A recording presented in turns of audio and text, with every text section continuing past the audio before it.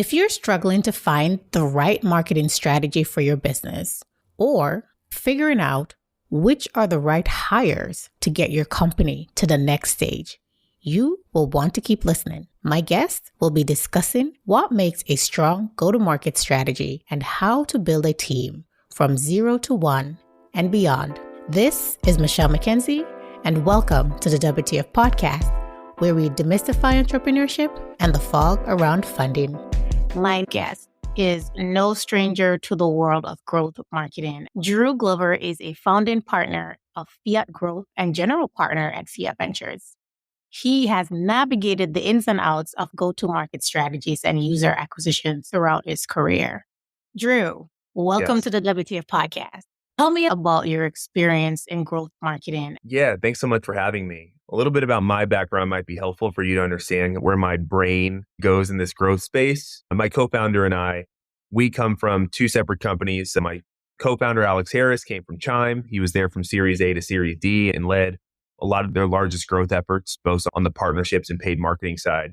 I come from a company called Steady, which helps folks in the 1099 world improve their financial health. Collectively, at the time, around 15 million users combined between Chime and Steady. And Alex and myself, we founded Fiat Growth, which really is a consultancy that does both the strategy and the execution around all go-to-market efforts. But we work with companies that are pre-seed all the way to IPO. 30% of venture dollars typically go directly to marketing. And keeping that in mind, the companies that have a much higher likelihood of not being successful are the ones that aren't able to distribute that money in efficient, equitable ways. So what we focus on is really making it so when we have marketing budgets, we are doing $10 tests instead of $10,000 tests. We are testing and iterating marketing messaging. We're building out personas and archetypes of the users that we believe are going to be obsessed about our business and running tests against those users to find that first cohort of individuals that we believe are going to be obsessed about our product and be like the first group that is going to prove the product market fit. So for us, what marketing is at its heart is folks that are able to equitably test and iterate and measure, and not only just figuring out what works, but more importantly, figuring out what doesn't work. And once we run all that measurement, we can lean in with our findings and the things that are working and then scaling that up. What happens a lot of times is founders come in when they first start a company and they say, we want to stand up 8 different channels. We want to stand up TikTok. We want to stand up Snap. We want to stand up Reddit and Facebook. And the way you go to market with the product is not standing up 10 different channels. It's finding the 2 most strategic channels to stand up first, proving those channels out. And then once we prove them out, putting some money on top and making sure we're scaling them up in a meaningful and equitable way. And then once we've proven those 2 different channels, we can start getting creative with additional ones. But it's really patience and focus that's needed to stand up a lot of these businesses. And that's what we focus on. Because we've seen 2,000-3,000 different acquisition funnels collectively with our 28-person team, we're able to really lean in and dissect and understand the proper tests that need to take place to probably find out where the product market fit is and how to quickly find success. Drew, that's a great explanation, but maybe we should back up a bit. How do you go from 0 to 1? And how much of the marketing do you think about upfront? And what kind of marketing budget should you have when you're very early stage and you haven't raised funding yet? Going 0 to 1, it's really dependent on where we connect with a company. Sometimes we connect with a company where they already have a couple users. Sometimes we have a company that is just an idea, or a company that just has a wait list and they're saying, how do we convert these wait list members? Depending on where we connect with these companies, we have to enter the conversation really meeting them on their level. But from going from 0 to 1, it's not about, hey, how can we spend money? It's more about how can we build the right strategy so the money we spend is being spent in the right places. Backing up to what I said a little bit earlier, some of the things we start with first is, great, we have this incredible product. Who are the users that we believe are going to use it first? Are they 14-year-olds? Are they Gen Zers? Are they millennials? Where are they living? What are they doing on a day-to-day basis? Sometimes it's breaking it as far down as just like building these journey maps. for the individuals that are using your product, are they doing it right when they wake up? Are they doing it before they go to bed? Are they doing it in between meetings during their workday?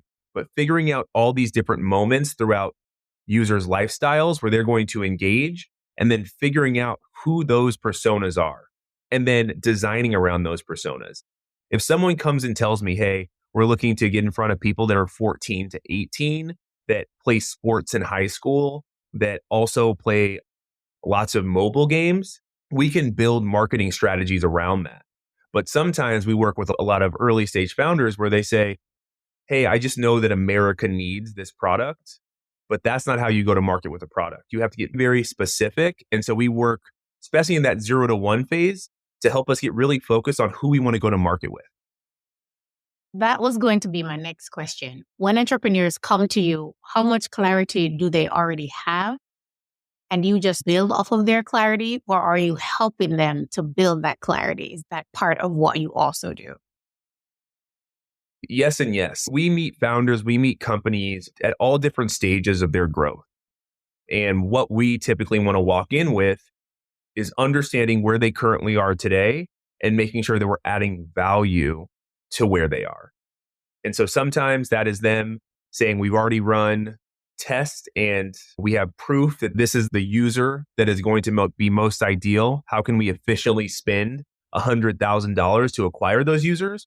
We have other ones saying, hey, we've run a couple successful tests, but we're still very much on the ground floor, understanding who our users are and, what our go-to-market game plan is around how we can scale up our business. So again, we work with companies that are pre-seed, which is just an idea, to pre-IPO, where, they already have 1 million users and they want to get 1 million to 2 million or 2 million to 10 million. A lot of times for us, it's not a one shoe fits all type of engagement. It's us understanding, and keep in mind, when I say understanding, that is like deep discovery. That's us doing 80% of the listening while they're talking and really understanding where they are today, and then us going back into our lab, doing the diagnosis of how we can be most helpful and valuable to them. For entrepreneurs or founders who are very early stage, what are some tips and strategies that you can provide for doing that level of discovery work? And let's break down what we're talking about when we say testing. Totally. So testing can mean a lot of different things. When we're talking to a super early stage founder, we want to start 10,000 feet in the sky and say, what is your ultimate goal? More often than not, their ultimate goal is we want to get to our next round of funding. Hey, how do we raise a Series A? And so when we talk about that goal, we start saying, okay, these are some of the metrics that we're seeing. And because we also have our venture arm, we have this venture capital mindset of what a venture capitalist or a potential investor would want to see for them to be able to lean in with an investment. When you talk about that goal, maybe we say, we're having the discussion of, do we want to have 10,000 users that are using one part of our product? Or do we want to have 1,000 users that are using all of our product and are staying on the platform for 20 minutes at a time? These are all really interesting metrics and also really different ways that we want to actually market that particular product. So again, we're starting understanding what, call it 6-month or 1-year goal is. And then we're going back and working hands-on with that founder and their team to strategize and engineer how we get to that goal. And sometimes that's dependent on who's already on that team. Maybe they already have a marketing team member that can help us. Sometimes they don't have any marketing folks and it's just a team of engineers that say, hey, we want you guys to take it all. But at the end of the day, once we understand their goal, we go back and reverse engineer how we can be most helpful. When I say testing and iteration, a lot of companies say, hey, great, we just got $3 million in funding. We're going to spend $1 million on marketing. And they just start throwing spaghetti at the wall and fingers crossed that stuff works. But you have to be able to understand who your potential users are and have really calculated testing of who you want to get in front of first. Once we built up that profile of who we want to get in front of, we can start figuring out how we want to build out that audience. And I'll tell you, Fiat Growth is picky in terms of who we work with. Also because we have the venture arm, we have a fairly unique model. We get paid in getting a retainer and getting equity or advisory shares in the business, but we also ask for the right to invest. So we really only work with companies that we believe are investable. lots of agencies out there are constantly chasing revenue, and that's really not us. We, of course, want to have a revenue driving business, but at the end of the day, we want to make it so it's very deeply connected with the venture arm of the business. I like the fact that the companies that you work with are for your venture arm, right? Totally. Yeah. So let's talk about how to scale a team. Where should we start? If you're putting a team together, how do you make sure that you have the right people on the bus? What should you be looking for with the people that you bring on board? Yeah, it's especially in this venture capital world where you're scaling up. It's not just hiring the right person, but it's hiring the right people at the right time. And also making sure that you're getting folks and understanding, are they 0 to 1 people? Are they 1 to 10 people? Are they 10 to 100? And I'm going to so need you to break that down, Drew, yeah. No, in terms of the 0 to 1, so that the people listening understand the difference, that as you grow, you need different people who can grow with you, or where do you bring them in? Who do you bring in when you're 0 to 1 versus when you're on a higher growth path? exactly. So if we can spend some time explaining that, would be great. Totally. Yeah. 0 to 1 is really those individuals that they're more generalist versus specialist. They're able to do a lot of things really good versus one thing really great. When you're getting a company off the ground, and we call that the 0 to 1 space, you need folks that can wear a lot of different hats, that don't need a ton of guidance, that just call it, for lack of a better term, just like get shit done. Then as you start to grow, you start realizing you need very specific specialists for different parts of your business. Maybe you're launching a feature in your product and you need someone that has deep, deep experience around that feature, and they can help own that entire side of the business. 0 to 1 folks aren't always the ones that are going to be there 10 years down the road, but they will be there for the first 2 to 3 years and make a massive impact on your company. And then, of course, once you get to the later stages, you start realizing that the people running the business, the top are generalists, but the majority of your company are all specialists. So you know that vertical or that corner of the business is taken care of because that's all they obsess about. That's what they work on perfecting. So when growing a business, it's really tough because you're constantly looking for A players, but an A player specialist, when you are just getting your company off the ground, isn't always the best thing, because you want people that can really draw outside of the lines and be able to pick up these different responsibilities, because their soul is fed by just being able to do a lot of things well. And it's important as a founder, as part of the executive team, to realize these different chasms in your business, right? Of when do I need to hire that specialist versus when do I need to hire that generalist?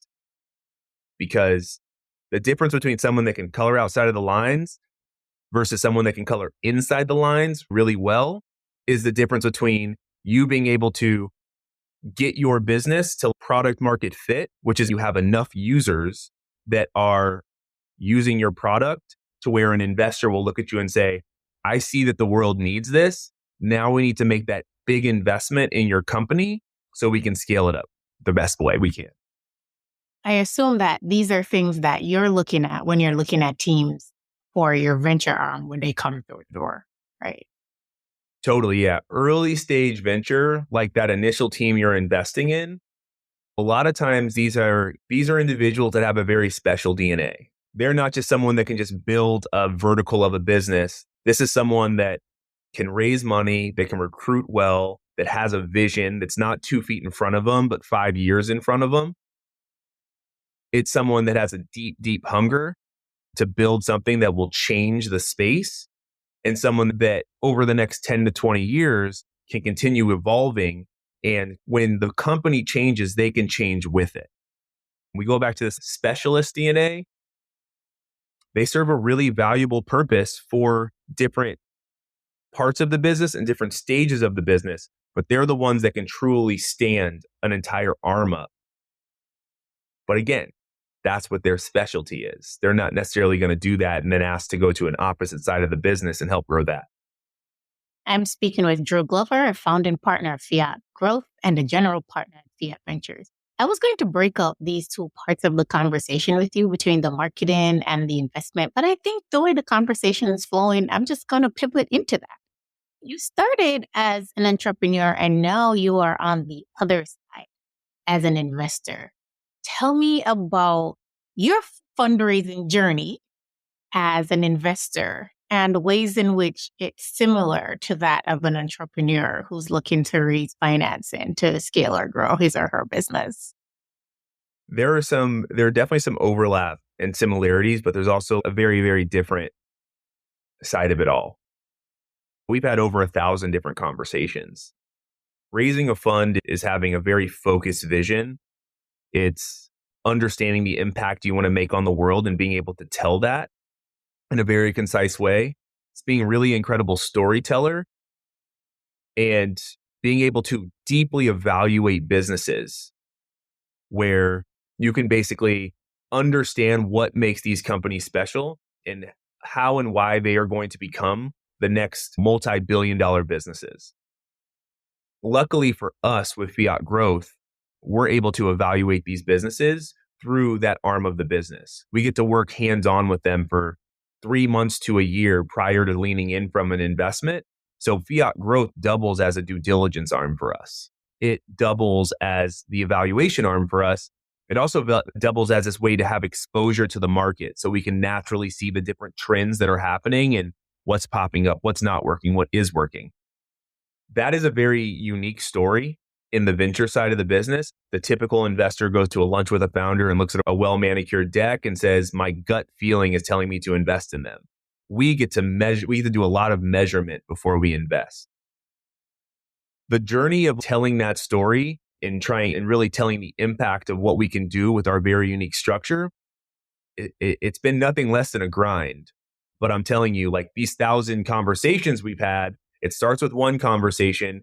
We have 3 other introductions that happen from that conversation. And that 4th person we meet is typically someone that says, I get this. I want to be a long-term partner and investor in what you're building. And then at that point, we're really able to turn it into a magical relationship. Venture capital, it's a relationship business, but it's also a business of returns, right? We're investing in these businesses. Our investors expect and they deserve, and we work very hard to provide them with outsized returns. One thing that we also focus on is our mission, which we want to lower the access barrier for the 90% of America that need the most financial help. Historically, they've been forgotten. Historically, the 10% of America that already has money and just needs help managing it has been the focus. So for us, it's also making sure that we're making a positive impact on the world for that 90% of America, or even more importantly, the 75% of America that doesn't have $500 in savings in case of an emergency, and helping them rethink about their relationship with money and build for generational wealth for generations to come. There's, again, a lot of overlap with another founder that might be raising for a specific product in this fintech space. But I would say the big difference is for us, we're investing in a suite of products and they're getting people to invest in one product. So we are building a portfolio of investments while that individual founder is raising money for one individual investment.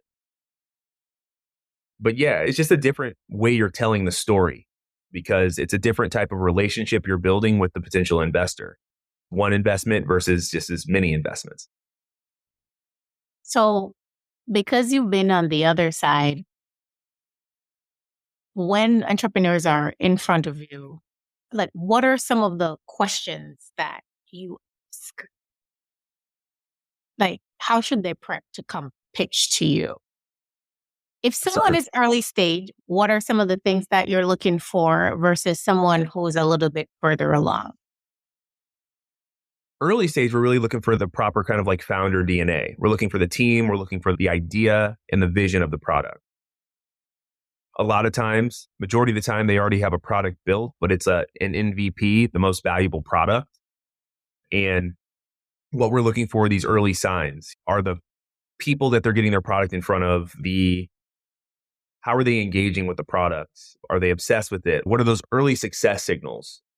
But again, we always talk about it as team and TAM and then product. So team, is this the right team to take this to the moon? TAM is the total addressable market. Is the product they're building, is the market they're building it large enough for if we own 10% of it, would it be a multi-billion-dollar company? And then the product is really the idea and what they built. So is the team and what they're building something that is going to be a delightful experience that is going to engage with the user in the best way? Because we get to work with these folks on the fiat growth side, we really get to dig in deep with the founder and understand what those dynamics are with the founding team and the rest of the team and how they face adversity and how they celebrate the good times. That is something really hard to find in the venture space because early stage investing is so much gut and your understanding of trends in the market. For some of these later stage businesses, there's just a lot more data to go off of. I'd say the later stage of the business, the more of a math equation it becomes because you're saying, all right, this is how much money you're spending to acquire a user. This is how much time they're spending on the product. And you have all these numbers that you can basically equate and even compare to the rest of the market or other competitors they might have. Early stage investing is always the toughest, it's always the most risky, but it also gives you the most upside for the long term because you're investing at such an early stage that their valuation's low. And as they keep raising money over time, you were basically one of the early believers. However, the later stage one, the risk goes down a bit because you're able to look at the business from a data standpoint.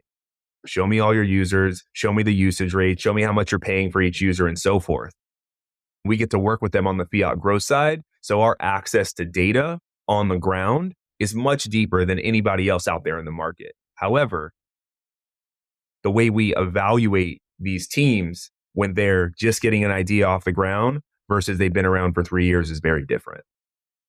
Drew, as we get ready to wrap up, can you tell me, we know what the risks are for investing really early. Let's talk about some of the potential rewards if you get it right at the early stage. The folks that invest the earliest are the ones that win the biggest. But again, you have to look at the world. When you're investing early stage, you have to be incredibly educated on what you believe the future looks like. And you have to have a very focused hypothesis and mission on where the world is headed. For example, I'm a big believer that people's relationship with money is getting younger. I'm a big believer that... What do you mean by that, Drew? Yes, I'm a big believer that 14-year-olds, I believe that Gen Z is no longer just doing paper routes and they're no longer just opening up lemonade stands in front of their houses or wherever they live. Now they are they're buying shoes and reselling them on StockX. They're opening up Etsy stores. They are entrepreneurial at an early age. Very entrepreneurial. The information and digital age. 100%. And so what comes with that is they need to manage their money at an earlier age. They need to pay taxes on that money. There's all these different things that unfortunately aren't taught readily in schools. So one of the big trends that I see is I think teen banking is going to become like a really big trend. I believe that there's going to be a lot of products popping up that if built right are going to be able to get in front of this new user that historically was too young to engage with money that is now very much a consumer in the United States and frankly the world. That is like a very clear mission that I focus on and doing a lot of deep research on. So when I see these companies popping up in that space, I can really lean in from a very educated point of view at a very early stage and say, this is a space that needs your product right now. Therefore, we want to work with you on the fiat growth side, but even more importantly, we want to look at you as a potential investment for fiat ventures.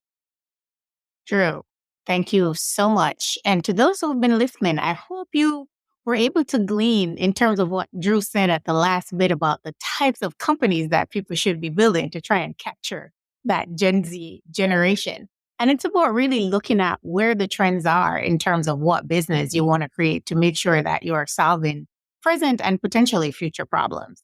Because that's what business is all about. It's who are you solving a problem for and how big is the market for the people you are solving that problem for. Any final pieces of advice that you would like to part with before we close? For anyone starting a company out there, I would just make sure you are truly taking your time to do your research and understand the spaces you're most interested in.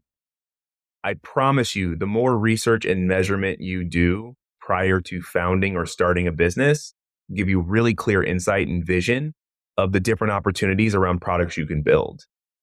To me, some of the biggest mistakes that are made is I'm talking to folks that just don't know the market and the space that they're building products in.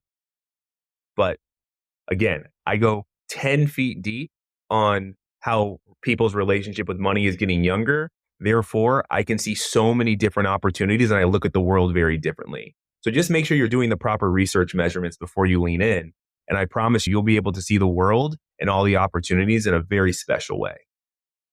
Drew, tell us where we can learn more about you and Fiat Growth, Fiat Ventures, all that good stuff. Where are you on socials? Yeah, of course. I speak a lot on LinkedIn. Just look for me, Drew Glover, founder of Fiat Growth and general partner at Fiat Ventures. That's probably the main place. I also respond on LinkedIn. So if you have any questions, feel free to shoot me. Make sure that you accept my connection request that I just sent you. Oh, I will. Yeah. I will. And everyone else, feel free to do the same. But always down to have great conversations and hear new ideas. That's wonderful. And to the listeners, I hope you enjoyed this episode. I like to say, don't keep good information to yourself. So when you listen to this episode, if you like it, make sure you rate, review, and share it with other people who could benefit from hearing it. Subscribe to the podcast at its new home on the Alive Podcast Network. And the podcast is available on all major streaming podcast platforms. New episodes drop every Friday. Make sure that you follow the podcast on Instagram, on its LinkedIn page at Where's the Funding, and follow me on LinkedIn, Michelle J. McKenzie. Join me next Friday for another episode.